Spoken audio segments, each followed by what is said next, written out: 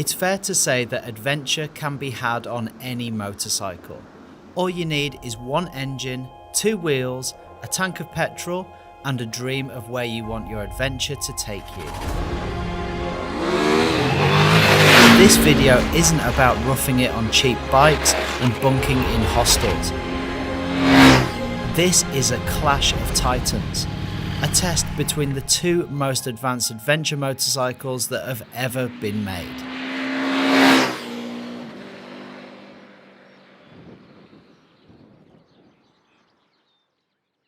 So just like the naked and sports bike sector, the adventure bike market has many different parts to it, from low capacity lightweight adventure bikes through to middleweights and larger capacity adventure bikes such as the BMW GS and the Honda Africa Twin.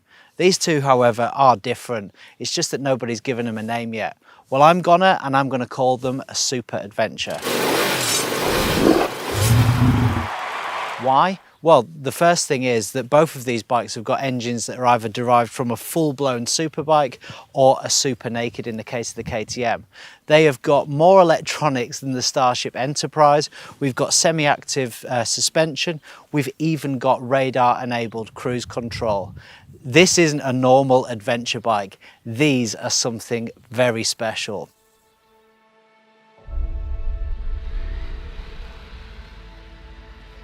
For 2022, the Ducati Multistrada V4s is in its fourth generation, designed to be simultaneously more sporty and more capable off-road. All in the mission to rule all roads.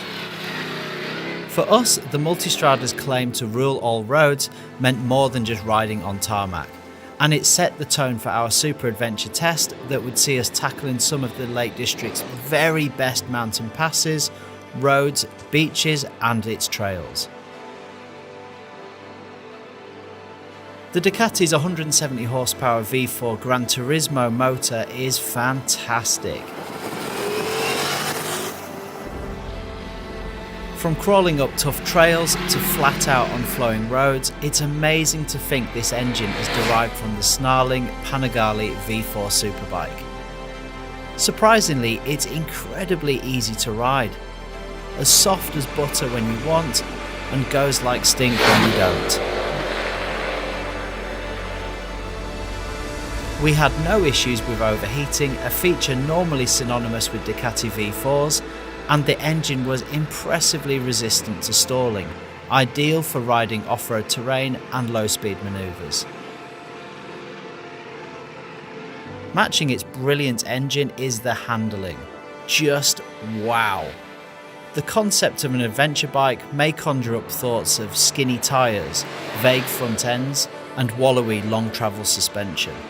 Ducati have taken that perception and thrown it out the window. The Multistrada handles like a proper sports bike. Crisp steering, a connected front end feeling, fantastic stability at high speed, combined with a strong engine brake to make it hold a tight line.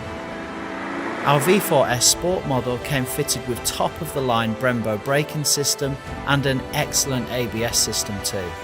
Loads of power, excellent feel, and disabling the rear ABS allows skids and rear wheel lift.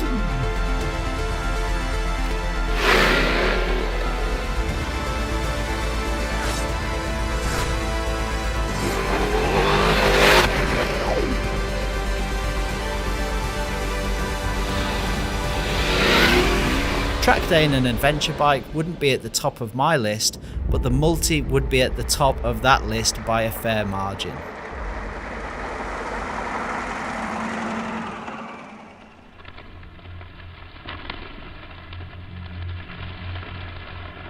The KTM has a monster in its closet, a beast. The 160 horsepower V-twin may be down 10 horsepower on the Ducati, but write it off at your peril. It was more than capable to match the V4 motor on every acceleration test we did, thumping really hard out of the gates every time. There is almost nothing between these two in terms of outright performance. V4 versus V-twin, while they feel and sound a bit different, it's a tough one to decide which is best. Both are equally fast, incredibly refined, playful, and both bikes being able to wheelie off the throttle in third gear. I'd challenge anyone to ride either one of these hard and want anything more. Perhaps the only way we can separate the power plants is the fuel range, which is an area that the Ducati struggles in. Our worst tank on the Multi yielded 106 miles and our best was 140 miles. Comparatively, the Super Adventure comfortably manages over 200 miles. If we were putting 17 litres in the Ducati's 22 litre tank, we'd be consistently topping up the KTM's 23 litre tank with 11 litres. The Multistrada consistently uses 50% more fuel than the KTM. There is no doubt that the 1290 is a peach of a bike to ride. KTM machines always steer clear of sensible, hanging around on the wild side of the spectrum, which in part makes them so endearing. But the Super Adventure introduces a level of sophistication not experienced in some of their other models. Don't get it wrong, the KTM will happily wheelie, stoppie and power slide until you've had your fill, but it's way more than that. This is a refined, do-everything Super Adventure machine.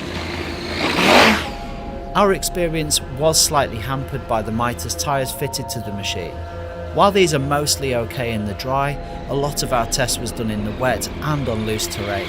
On wet tarmac, the rear starts stepping out with very little encouragement, the front wheel goes vague and you start to lose confidence, and off-roading on wet mud, they were pretty much useless. These tyres have got no grip. With a better set of tyres like the Pirellis that are fitted to the Ducati, the 1290 would have been much closer handling wise. Although the Multistrada felt more orientated towards carving up mountain passes and clipping apexes, the widely adjustable electronic suspension settings and fork anti-dive on the KTM meant that it was never lagging far behind. That being said, it felt like the 1290 could be adapted to excel better on the rough stuff than the Multistrada. It would be really well suited to knobbly tyres, some engine bars and bark busters to bring out its off-road capability.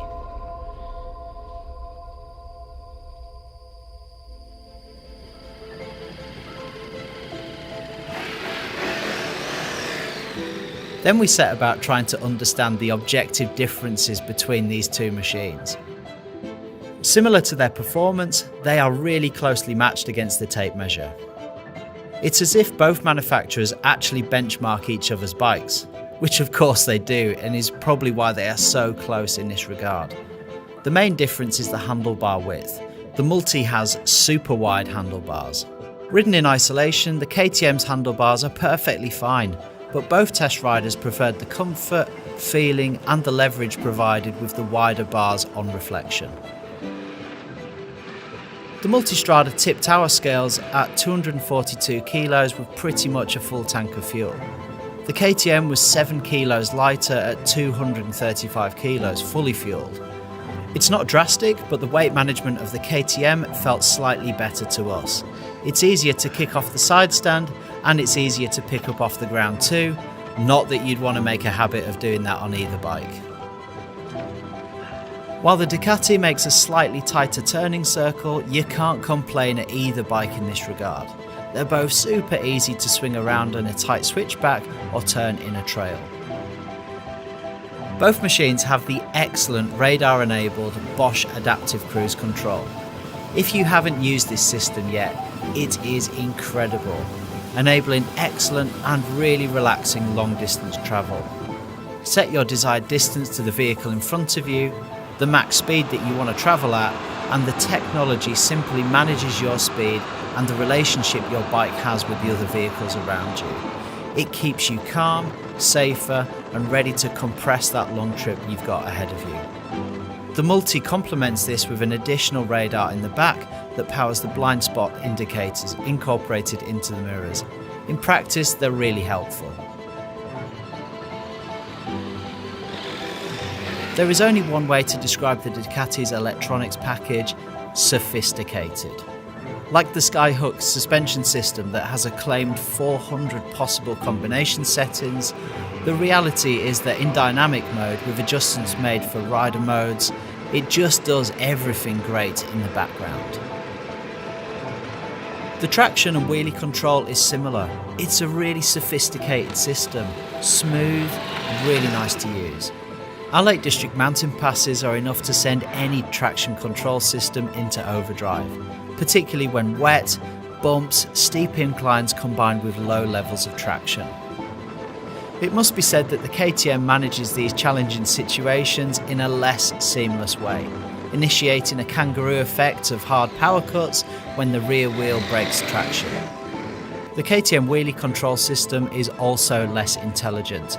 It lacks a bit of consistency, sometimes cutting the power early, sometimes allowing an aggressive high wheelie, leaving you thinking that it hasn't quite caught on with the mono that's been initiated. In this regard, in some extreme settings like our mountain passes, it can make for a better experience to actually turn the traction control off on the KTM. Whereas on the Ducati, you can tweak a setting within the electronic suite that enables a good experience within the comforting mirage of electronic protection. Comfort-wise, you aren't going to complain about either machine. Both are armchair-like as far as a motorcycle is concerned. The KTM could do with the optional heated comfort seat to match the Ducati's level of comfort, but that is a reasonably priced upgrade from their official accessory book. Despite their large front ends, one area where adventure bikes seem to really suffer is wind buffeting. They simply do not cut through the air with the same efficiency as a sports bike, for example. The adjustable screens fitted are designed to reduce that effect.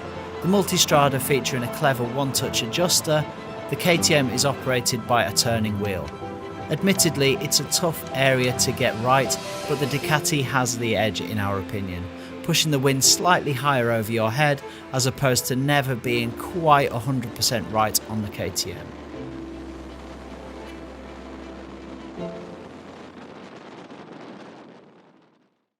Both bikes look excellent in our opinion. The KTM is powerful.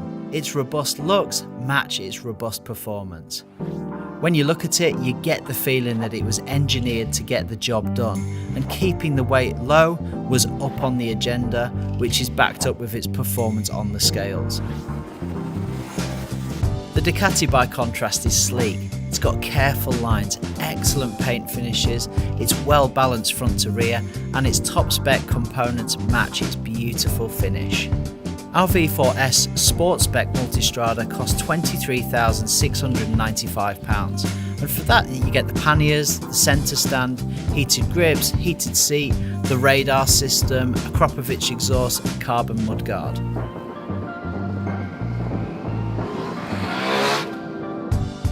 Our KTM cost £16,865, including the tech pack and the heated grips.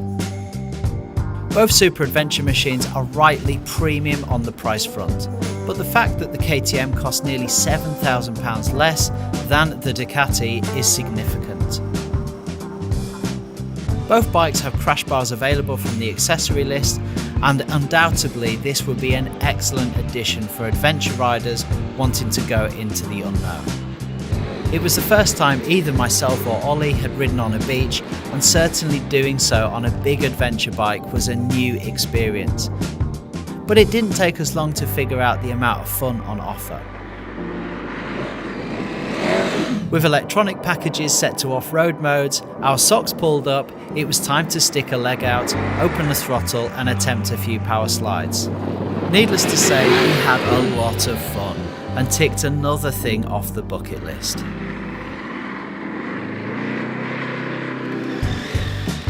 As for the off-road part of the test, I made the classic mistake of doing some of my scouting work at the desk,